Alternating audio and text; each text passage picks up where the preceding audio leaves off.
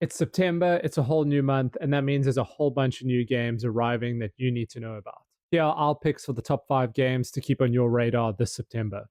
Now, arriving on 5th of September is Hell Is Us. Now, this is a new sci fi post apocalyptic game with elements of fantasy and robotics and technology all merged together. And while it might look like a Souls like with very challenging combat, it's actually more of a traditional action game that incorporates elements of stamina and tactics, but is a bit more of an accessible, appealing game for fans of the genre.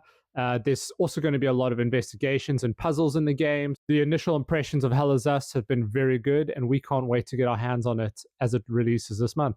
Also releasing on the 5th of September is Chronos: The New Dawn. This comes from Bloober Team, the studio behind the recent Silent Hill 2 remake, as well as The Medium, which released a few years ago.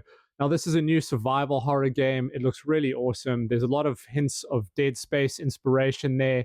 So if you're into gooey monsters, shooting things till they're dead, stomping them into oblivion, this looks like the new survival horror that should be on your radar. It's got a lot of elements of puzzle solving too. There's some gravity manipulation and time elements to the story. And it just looks like a really meaty, fun, horrifying action adventure game that we can't wait to play this September. And on the 19th of September, we have Dying Light: The Beast, which is the next game in Techland's zombie franchise. Again, it's another first person parkour open world combat game. You play as Carl Crane, who is a hero from the first game, as he escapes a facility that he had been experimented on in order to hunt down the man who put him there.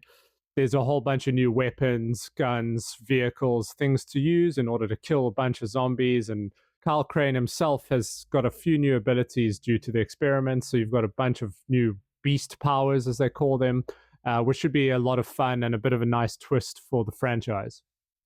Lego Voyagers looks like a fun little game for those who enjoy a good co-op experience. It mixes up the traditional formula of Lego games where it's kind of a collectathon of coins. This time it's a co-op puzzler with a little bit of platforming where you got to work together as two little pieces of Lego to build, recreate, change the environment in order to overcome obstacles, solve puzzles, kind of make your way through this colorful little blocky world. It looks like a lot of fun, and if you've got a partner or anyone who loves playing games with you, this should be on your radar for sure. And to round out the month, on the 25th of September, we have Silent Hill F, which is a bit of a weird name, but it's a bit of a weird franchise. It is what it is. This one's set in Japan this time around. It's set during the 1960s in a fictional Japanese village. You play as Hinako, a young schoolgirl who has to find her way through the town and find out why everything has gone to hell. There's the traditional Silent Hill melee-based combat, some puzzles, grotesque monsters, everything you can expect from a Silent Hill game. And the developers have said that they found the franchise was heading too much in a westernized direction. So this is a bit of a pullback for them to go back to what they think a Silent Hill game should be. So it should be quite interesting. It looks pretty fun, looks pretty scary, and we can't wait to sink our teeth into that later this month. Well, what games are you most looking forward to? Comment down below, let us know, and keep checking out Men's Stuff for a whole bunch more gaming content.